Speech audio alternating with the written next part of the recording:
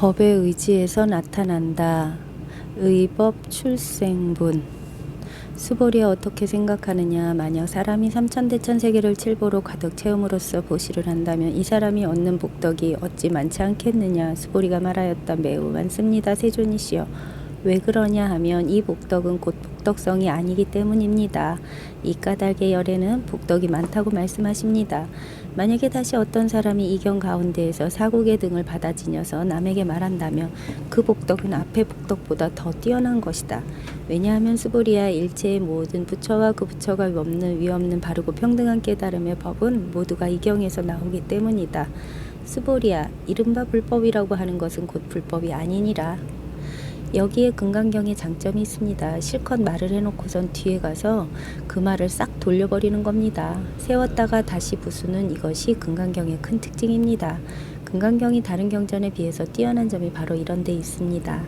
실컷 말해놓고 사람들이 말 따라 올만하면 딱 꺾어서 본래 자리로 싹 돌려주는 겁니다. 이게 금강경의 장점이에요. 자, 그럼 다시 한번 보죠. 수보리야 어떻게 생각하느냐. 만약 사람이 삼천대천세계, 삼천대천세계는 이 우주인데 이 우주를 칠보로서 가득 채운다 있을 수 있는 없는 일이지만 어쨌든 보시를 하는데 칠보로 우주를 가득 채워서 보시한다면 이 사람이 얻는 복덕이 어찌 많지 않겠는가 하는 말이거든요. 그러니까 수보리가 대단히 많습니다. 세존이시여 라고 말해요. 그런데 수보리라는 사람은 이것을 깨달은 사람이에요. 그러니까 왜 많다고 하느냐 하면 이 복덕은 곧 복덕의 자성이 아니기 때문이다 라고 답을 하는 것이지요. 원문을 보면 시복덕, 즉비복덕성이라고 되어 있는데 다른 판본을 보면 좀 다르게 되어 있어요. 한역 금강경에는 7가지 판본이 있습니다. 시대별로 번역자가 달라요. 지금 우리가 보고 있는 것은 구마라집이 번역한 판본인데 나름 잘 번역했다고 하는 겁니다. 그러나 시복덕, 즉비복덕성이란 부분은 다른 판본에선 복덕성이란 말이 나오지 않습니다. 그냥 시복덕, 즉비복덕이에요. 물론 구마라집은 복덕성이라는 말로 일부러 의역한 것입니다. 복덕성은 복덕의 자성이라는 말인데 복덕은 복덕의 자성이 아니라고 의역한 것입니다. 자성이란 고정불변하고 독립적으로 존재하는 실체라는 뜻이니 결국 복덕이라는 불변의 실체는 없다는 뜻입니다. 구마라집의 의역한 것이지요. 그러니까 금강경의 다른 부분과 마찬가지입니다. 보살은 보살이 아니다. 복은 복이 아니다. 불법은 불법이 아니다. 그러니까 시복덕, 즉비복덕이라는 번역이 좋습니다. 이 복덕은 곧 복덕이 아니다. 이 까닭의 열애께서는 복덕이 많다고 말씀하시는 것이다. 기가 막히는 이야기예요. 이 복덕은 곧 복덕이 아니다. 이 까닭의 열애께서는 복덕이 많다고 말씀하시는 것이다. 복덕이 아니라고 하면 복덕이 많은 게 아니라 복덕이 하나도 없는 거지요. 복덕이 많다는 이야기인데 복덕이 아니면 복덕이 없는 거지 어째서 많은 것일까요?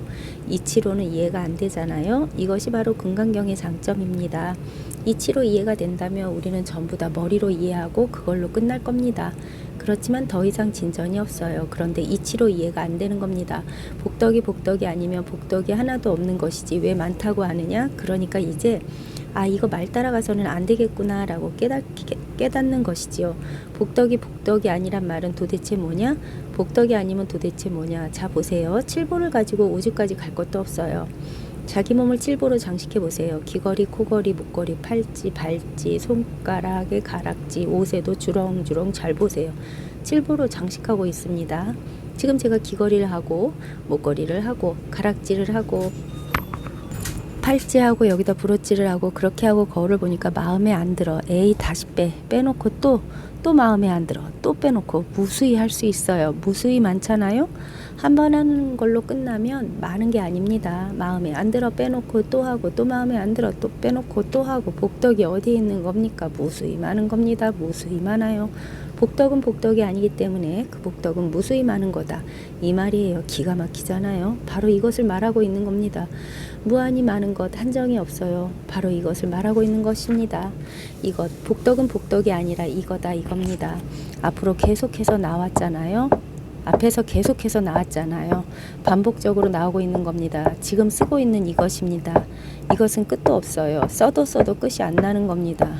아무리 많아도 정해져 있는 것은 한정이 있는 겁니다. 삼천대천 세계를 꽉 채워도 한정이 있는 겁니다. 그러므로 많은 게 아니지요. 그래서 정해진 법이 없다고 하잖아요. 정해진 법이 있으면 그것은 불법이 아닙니다. 이것은 정해진 것이 없어요. 정해진 것이 없으니까 얼마든지 끝없이 쓸 수 있어요. 끝없이 쓸 수 있는 이게 바로 법입니다. 바로 이 법을 쓰고 있는 겁니다. 여러분 각자 이것을 쓰고 있는 거 아닙니까? 끝없이 쓰되 바닥나지 않는 것. 왜 바닥나지 않느냐? 한 물건이 아니기 때문에 바닥나지 않는 거예요. 만약에 물건이라면 당장 바닥나죠. 그러나 마음은 물건이 아니기 때문에 바닥나지 않고 끝없이 쓰고 있어요. 그러니까 이 말이 딱 맞는 거예요. 복덕은 복덕이 아니기 때문에 복덕이 많은 겁니다. 이게 바로 금강경의 묘미입니다. 아주 멋지게 이야기하고 있어요. 만약 다시 어떤 사람이 이경 가운데에서 사국의 등을 받아 지녔다가 남을 위해 해준다면 그 복덕은 저 사람보다 더 낫다. 왜 그래도 칠보란 것은 역시 한계가 있는 것인데 사국에는 법을 가리키는 겁니다. 한계가 없는 법. 왜 그러하냐 수보리야. 일체 모든 부처와 모든 부처가 얻은 위없는 바르고 평등한 깨달음이 모두 이경에서 나오기 때문이다. 이경에서 다 나와요. 이경. 무슨 경입니까? 이경이 무슨 경이에요? 금, 강, 경이라고 말하면 틀리기도 하고 옳기도 합니다. 왜? 금강경이 금강경이 아니란 사실을 알면 맞아요. 그러나 금강경을 금강경이라고만 알고 있으면 틀려요. 팔만대장경이 책으로도 목판으로도 CD로도 나와 있습니다. 팔만대장경을 책으로 만들든 목판으로 만들든 CD로 만들든 결국 뭡니까? 경전에 글씨를 쓴 사람은 이렇게 쓴 것이고 목판에 글자를 판 사람은 이렇게 판 것이고 CD에 넣은 사람은 이렇게 넣은 것이고 다만 이거 하나뿐이지요. 이거 하나. 이것 하나가 팔만대장경을 모두 만들어내는 거예요. 이게 경입니다. 이게 진짜 경입니다. 여기서 다 나오는 겁니다. 여기서 부처도 나오고 부처가 깨달은 법도 나오고 여기서 다 나와요. 금강경이 금강경이 아닌 줄 알 때 비로소 우리는 진짜 금강경을 보는 겁니다. 금강경이 가르치는 내용이 바로 그것이에요. 금강경을 금강경인 줄만 알면 우리는 금강경을 몰라요. 금강경이 금강경이 아니라 이것인 줄 깨달을 때 비로소 금강경의 내용을 알고 거기서 다 나온다는 사실을 알 수 있는 겁니다. 일체의 현인과 성인이 다 여기서 다 나오는 겁니다. 이것 하나에 의해서 모두 거듭 말하면 입이 아파요. 이것 하나에 의해서 다 그렇게 되는 거예요. 다른 게 없어요. 찾아도 다른 게 없는 겁니다.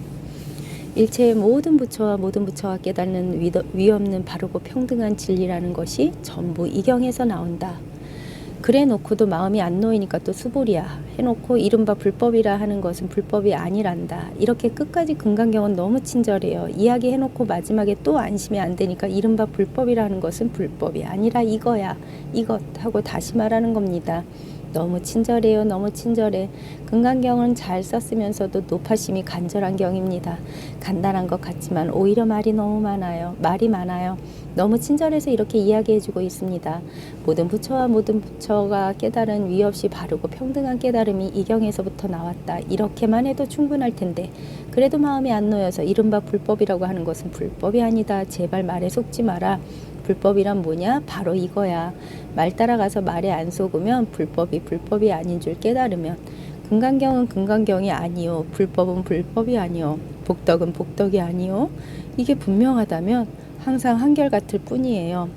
아무데도 끄달릴 필요가 없는 것이고 그저 그냥 이것 하나로 한결같이 이것밖에 없는 거죠. 어디에 뭐 특별한 것이 없어요.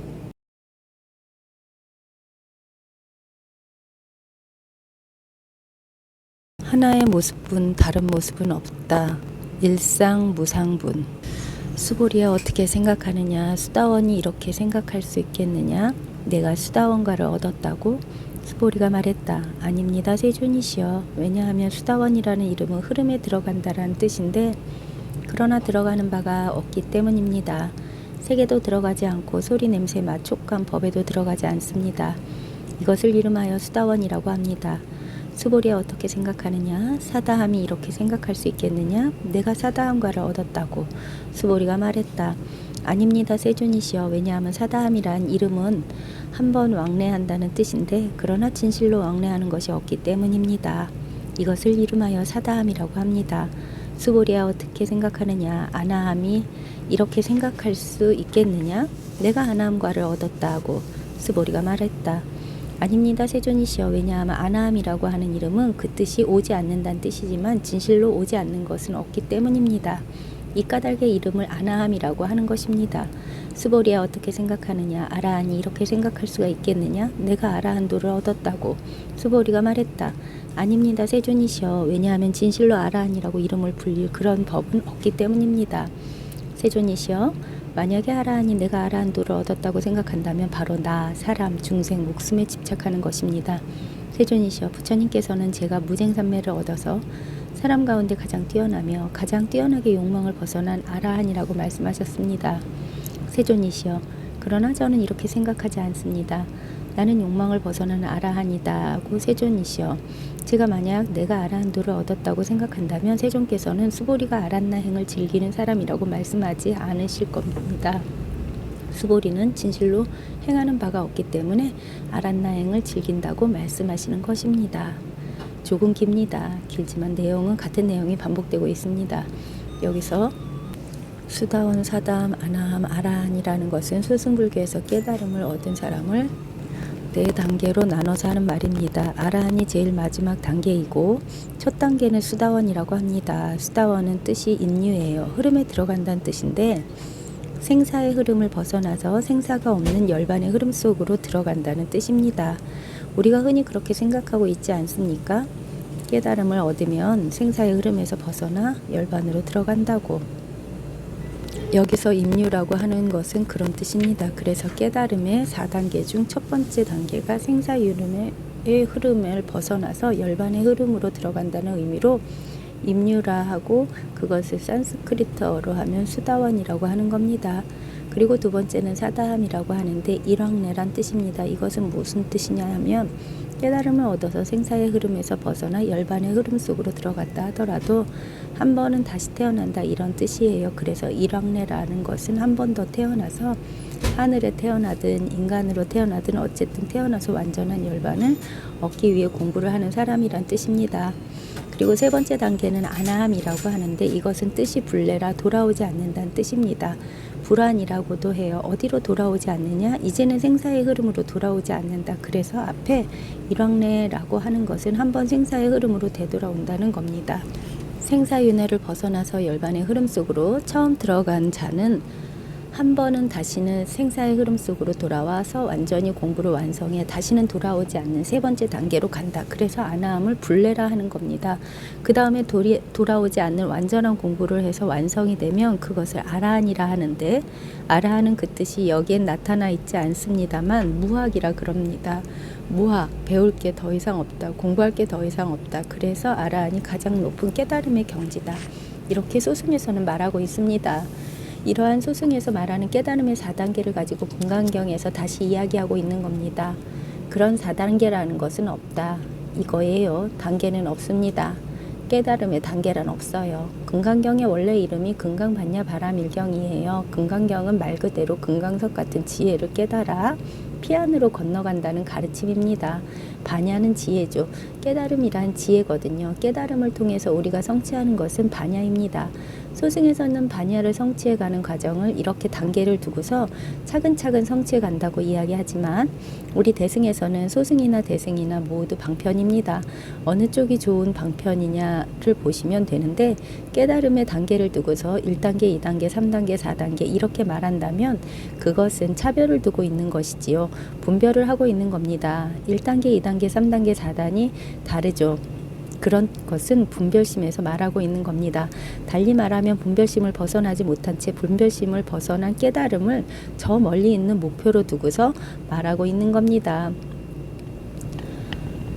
분별심을 벗어나지 못한 채 분별심을 벗어난 깨달음을 저 멀리 있는 목표로 두고서 말하고 있는 겁니다. 중생의 입장에 서서 저 멀리 있는 부처를 말하고 있다, 이겁니다. 그러나 이 대승, 이 반야경에서 하는 말은 그런 입장에서 말하지 않습니다. 왜냐? 깨달음이라고 하는 것은 마음을 깨닫는 것인데 마음은 이미 활짝 깨달아 있습니다. 아무런 문제나 모자람 없이 본래 완전하고 본래 깨달아 있는 이대로의 진실을 이 입장에서 말하고 있는 겁니다. 다시 말하면 소승에서 단계를 두고 말하는 것은 미혹된 입장을 말하는 겁니다. 분별심을 가지고 있는 입장에서, 어리석은 입장에서 서서 깨달음을 말하는 것이고, 대승에서 단계를 두지 않고 말하는 것은 그 미혹을 벗어난 깨달음의 입장에서, 지혜의 입장에서, 밝음의 입장에서, 반야의 입장에서 말하고 있는 것입니다. 그럼 어느 게 진실일까요? 반야가 진실입니까? 미혹된 것이 진실입니까? 당연히 반야가 진실이죠. 그럼 우리는 진실의 입장에서 진실을 말해야지 어리석음의 입장에서 진실을 말하면 안 되잖아요. 그래서 소승은 여법하지 못하다고 하는 겁니다.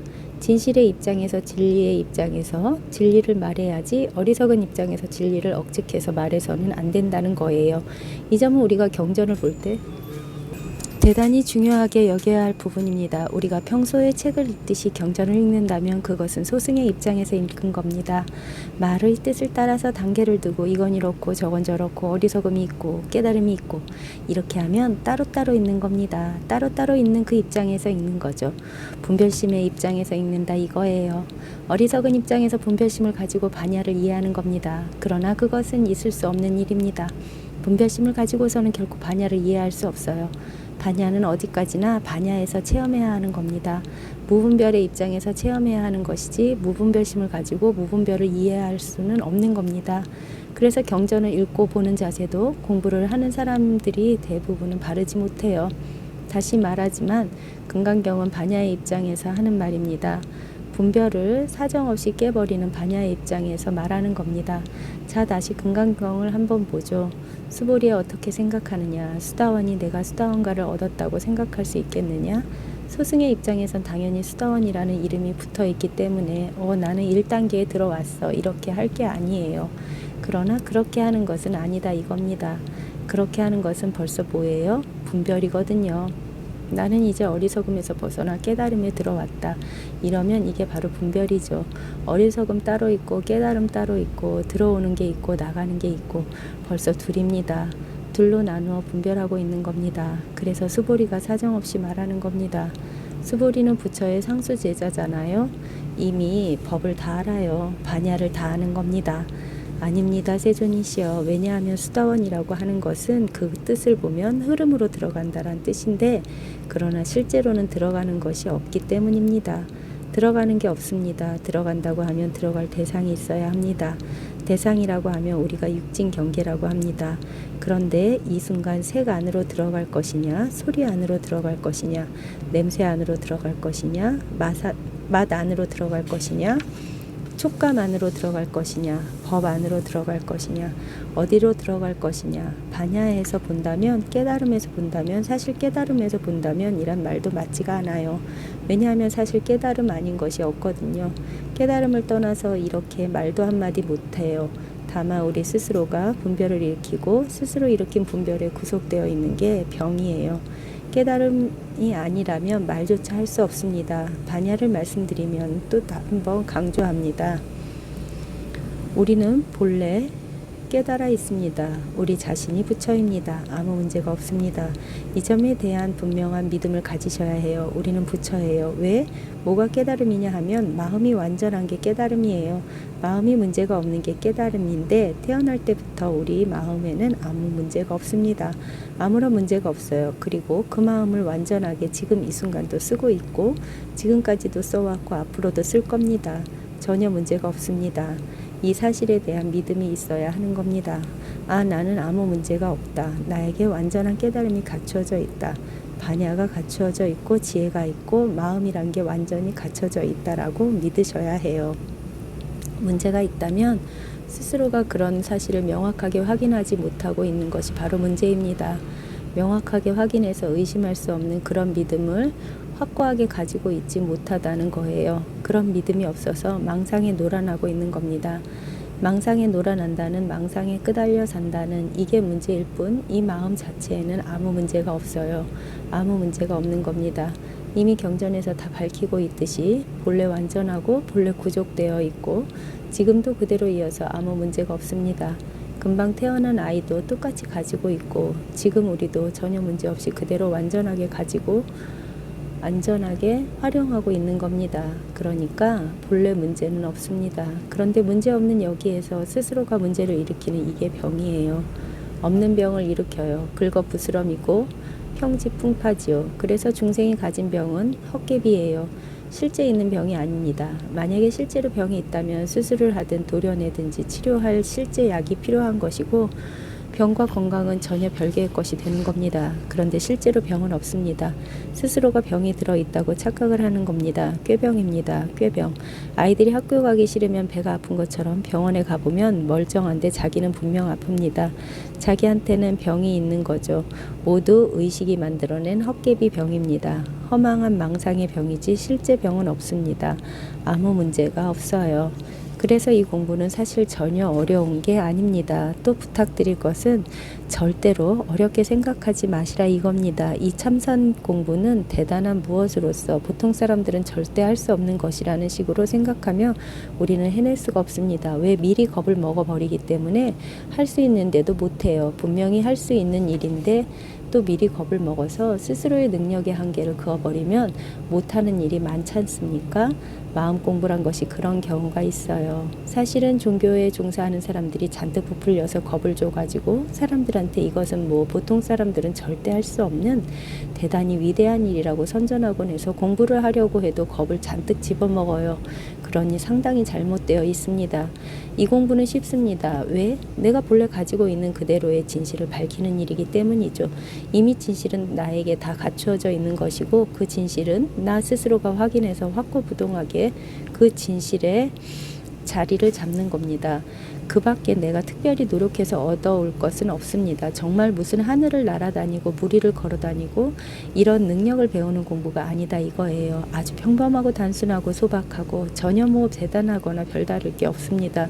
그러니까 겁을 먹을 필요가 없는 겁니다. 가볍고 편안하게 공부에 접근하셔야지 겁을 먹고 잔뜩 긴장하고 움츠리고 이렇게 하시면 공부의 능력을 발휘할 수 없어요. 큰 노력을 요구하는 것이 아닙니다. 진지한 관심을 가지고 성실하게 설법의 귀를 잘 기울이면 어렵지 않게 할 수 있는 게 바로 이 공부입니다. 결코 겁먹을 필요가 없어요. 만약에 정말로 극히 희소한 몇 명만 해내고 대다수의 사람들이 못하는 일이라면 우리는 그런 일에 도전할 필요가 없죠. 그러니까 전혀 겁먹을 필요가 없어요.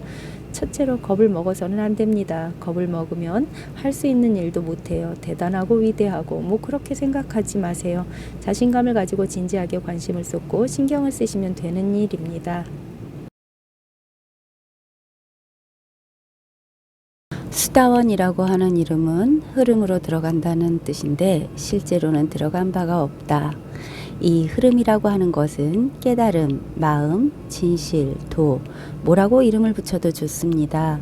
그런데 마음으로 들어간다, 깨달음으로 들어간다, 도로 들어간다라고 하니 그렇다면 우리가 지금은 도 밖에 있는 겁니까? 도 밖에 있을 수 있는 분이 있다면 정말로 그분이야말로 희귀한 재주를 가진 분이에요. 마음 바깥에 있을 수 있다면 그분이야말로 위대한 분입니다. 왜냐하면 우리는 전부 마음을 못 벗어나는데 마음을 벗어날 수 있는 능력이 있다면 그건 정말 대단한 능력이죠. 그러나 그런 분은 없어요. 애초에 마음 밖은 없다 이겁니다. 밖에 있는 것이 아닌데 어떻게 안으로 들어갑니까? 그러니까 들어간 적이 없어. 그런데 우리가 밖에 있다고 생각하니까 그게 바로 망상이에요. 그런 망상을 안 부리면 이제 들어갈 데가 없어요. 들어간 적이 없는 겁니다. 들어갈 데가 없구나. 깨달을 이유가 없구나. 깨달음이란 내가 가지고 있지 않은 그 무엇을 가져올 이유가 없구나. 얻어야 할 것이 없구나. 본래 내가 가지고 쓰고 있는 거구나 라는 사실을 확인한 사람은 망상을 놓아버린 사람이죠. 나는 바깥에 있어서 안으로 들어가야 한다는 그런 망상을 놓아버린 사람, 그런 사람이 바로 수다원이라 이겁니다. 그 사람이 바로 깨달은 사람이죠. 그러니까 들어갈 것이 없습니다. 들어간다는 것은 분별입니다.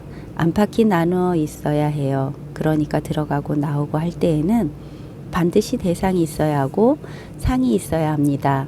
안팎의 구분이 있어서 들어갈 일이 정말 있다면 그런 사람은 깨달음을 얻었다고 이야기할 수가 없죠. 왜? 그런 구분 속에 살고 있고 그런 분별 속에 있어서 분별을 못 벗어났기 때문입니다. 자, 여러분 마음을 자유롭게 한번 써보세요. 그런데 그래, 마음을 한번 써보자 하는 이 말이 이미 뭡니까? 이게 바로 마음을 쓰고 있는 거거든요. 마음을 쓰지 않고는 이런 말, 이런 분별, 이런 망상을 해낼 수가 없어요. 이미 다 쓰고 있는 겁니다. 망상을 짓더라도 마음 밖에 있는 게 아니잖아요. 마음을 써서 망상을 짓고 있는 겁니다. 달리 말하면 마음 밖에 있다면 문제가 심각해지는 겁니다. 마음, 지금 쓰고 있는 이 마음 말고 이거 외에 또 뭔가 깨달아야 할 진리가 또 있는가 보다. 이렇게 되면 사정없이 망상에 끌려가게 되는 겁니다. 이미 마음을 쓰고 있으면서도 다시 다른 것을 구하기 때문이에요. 도, 깨달음, 마음 다 같은 말입니다. 오직 이거 하나뿐이에요. 오직 이거 하나만 쓰고 있으면서 다양한 망상을 스스로가 짓고 다양한 생각들을 내고 있으니 스스로 만든 생각에, 스스로 만든 느낌에, 스스로 만든 욕망에, 스스로 만든 의식에 따라 속고 있다 이겁니다. 바로 이 마음이 지금 만들어내고 있는 것인데 스스로 만들어내고 스스로 속고 하는 것입니다. 생각이란 물거품과 같아요. 고정된 게 없거든요. 순간 스쳐 지나가는 거죠. 그러니까 스스로 만들어 물거품처럼 생겼다 사라지는 것에 관심을 가지고 머물면 바로 망상을 쫓아가는 겁니다. 지금 활동하고 있는 이것, 지금 계속 생각이 생겨나고 사라지고 인연에 따라서 응하고 하는 여기에서 의심이 없어지면 되는 겁니다.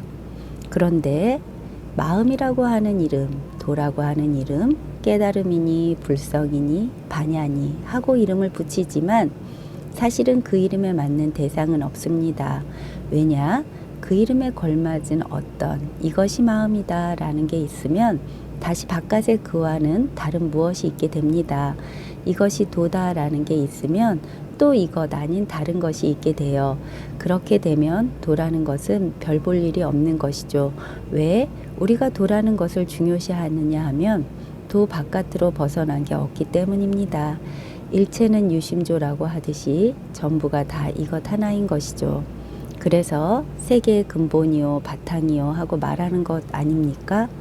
이 마음이라고 하는 것, 도라고 하는 것, 지금 쓰고 있다고 하는 것, 이것은 무엇을 하든 어떤 생각을 하든 어떤 인연에 응하든 쳐다보든 소리를 듣든 냄새를 맡든 가만히 있든 언제나 이것만이 확인되는 것입니다.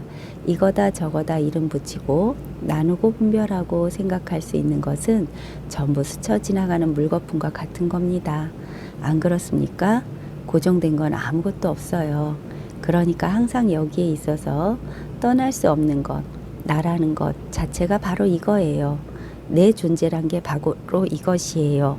이것을 마음이라 말하고 도라고 부르는데 마음이라는 말이 바로 마음이고 도라는 말이 바로 도일 뿐 그 밖에 다른 것은 없습니다. 그래서 이거다 저거다라는 생각과 말에 따라가지 않으면 언제나 이것뿐입니다. 그런데 제가 이렇게 계속 말씀을 드리고 납득을 시켜드리고 하면 이해가 좀 되고 믿음이 어느 정도까지는 생깁니다. 그래, 이것 외에는 다른 것이 없지 하고 말이죠. 스스로 납득이 되고 믿음이 생기면 그 믿음을 놓치지 말고 계속해서 밀고 나가셔야 합니다. 믿음에는 믿기 싫어도 믿을 수밖에 없는 믿음이 있는가 하면 납득을 해서 믿긴 하지만 아직 확실하게 확신이 가지 않는 믿음이 있습니다. 저의 말을 듣거나 경전을 읽다 보면 이치가 분명하구나, 맞아 라는 믿음이 생깁니다. 믿음이 생기고 점차 납득이 돼요. 그래 이것밖에 없구나, 다른 게 없어 라고 말이죠. 그러나 이러한 믿음과 납득이 생기더라도 정말 의심이 전혀 들지 않을 정도로 시원하게 내려가지 않는다면 아직은 할 일이 남아있는 겁니다. 정말 의심할 수 없는 그런 믿음을 가질 때까지 밀고 나가시는 것이 바로 공부입니다. 그러면 되는 겁니다. 그러니까 이게 어려운 게 아닙니다. 심각한 것도 아닙니다. 비밀스러운 문제를 풀어야 하는 퍼즐 놀이도 아닙니다. 바로 지금 의심할 수 없고 부정할 수 없고 벗어날 수 없는 이것을 확인하는 겁니다.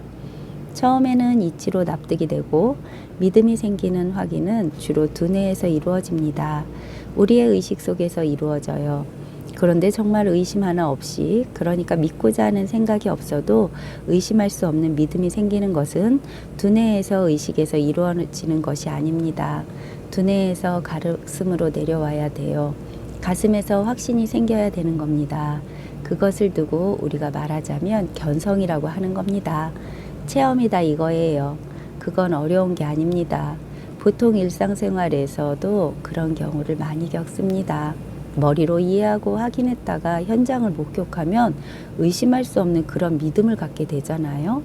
그런데 이 공부에서는 그 현장이 어디 있느냐 하면 바깥 어디에 있는 게 아니라 자기 스스로에게 있는 거예요. 현장 확인을 어디서 하느냐 하면 자기 자신에게서 합니다. 내가 그 현장을 가지고 있으면서 내가 그것을 확인하지 못하고 있을 뿐입니다. 현장을 확인하려면 우선 그 현장을 확인하려는 마음이 일어나야 하겠죠. 머리로는 납득되고 믿음도 생기지만 직접 보고 확인을 하고 싶다 하는 이것을 발심이라고 합니다. 그런 발심이 생겨야 해요. 저의 말씀을 듣고 계시면 그래, 마음은 본래 완전히 갖춰져 있고 모두 마음이 하는 일이라는 사실을 알겠다 하고 이해는 했지만 의심할 수 없을 만큼 시원하게 확인되지 않았다면 내가 이것을 진실로 확인하고 싶다라는 갈증이 자연히 생기게 되는 겁니다. 저절로 그런 갈증이 생겨야 합니다. 그럴 때 그 갈증이 자꾸자꾸 커지고 커져서 때가 되면 바로 확인이 탁 되는 겁니다. 그러면 누가 뭐라 해도 무슨 말을 들어도 더 이상 흔들림이 없을 겁니다. 이게 공부입니다. 그런데 머리로 이해하고 납득한 것에 그친 공부는 자기가 비록 이해하고 납득했다 하더라도 누군가 다시 다른 그럴듯한 이치를 보이면 그냥 흔들려 버려요. 왜냐? 단지 머리로만 이해했기 때문입니다. 그러니 이게 옳은가 저게 옳은가 갈팡질팡 이렇게 머리로 이해한 건 아무 소용이 없습니다. 자기 스스로 또렷이 확인해야만 비로소 누가 뭐라 해도 흔들림 없는 확신이 서요. 우리가 공부를 좀 하다 보면 찝쩍거리는 사람들이 있습니다. 공부 얼마나 했는지 보자 하고 찔러봅니다. 머리로 이해한 수준에 있으면 그러한 찝쩍거림에 흔들립니다. 흔들리면 화가 나요. 자기는 흔들림 없는 믿음을 얻은 줄 알았는데 흔들리거든요.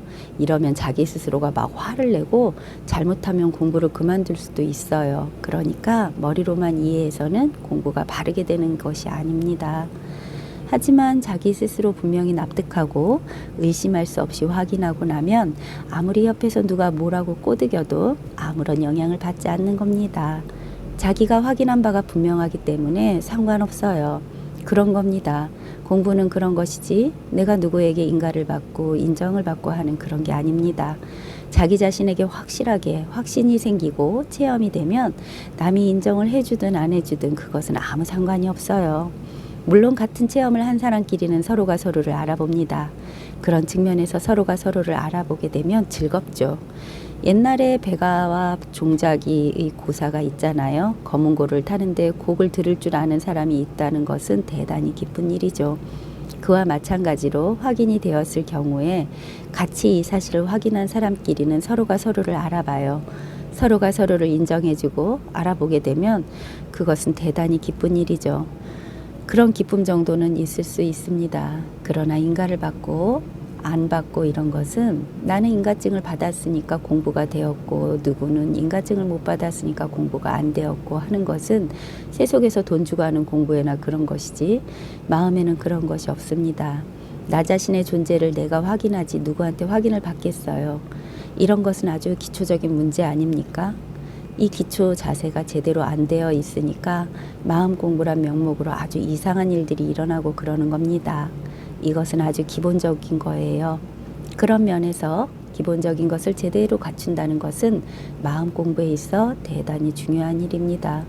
수다원이라고 하는 이름은 흐름으로 들어간다라는 뜻이지만 사실은 들어갈 게 없습니다. 들어간다고 한다면 그것은 분별심이 있는 것이죠. 들어갈 게 없다는 사실을 명확하게 납득하고 믿고 확신을 했다면 그 사람이야말로 수다원이라는 이름을 붙일 만한 사람입니다. 들어갈 게 없기 때문에 일컬어 수다원이라고 하는 것이다. 수다원이란 이름 그 자체는 흐름 속에 들어간다는 말이지만 들어갈 게 없기 때문에 사실은 수다원이라고 하는 것이다. 그 다음에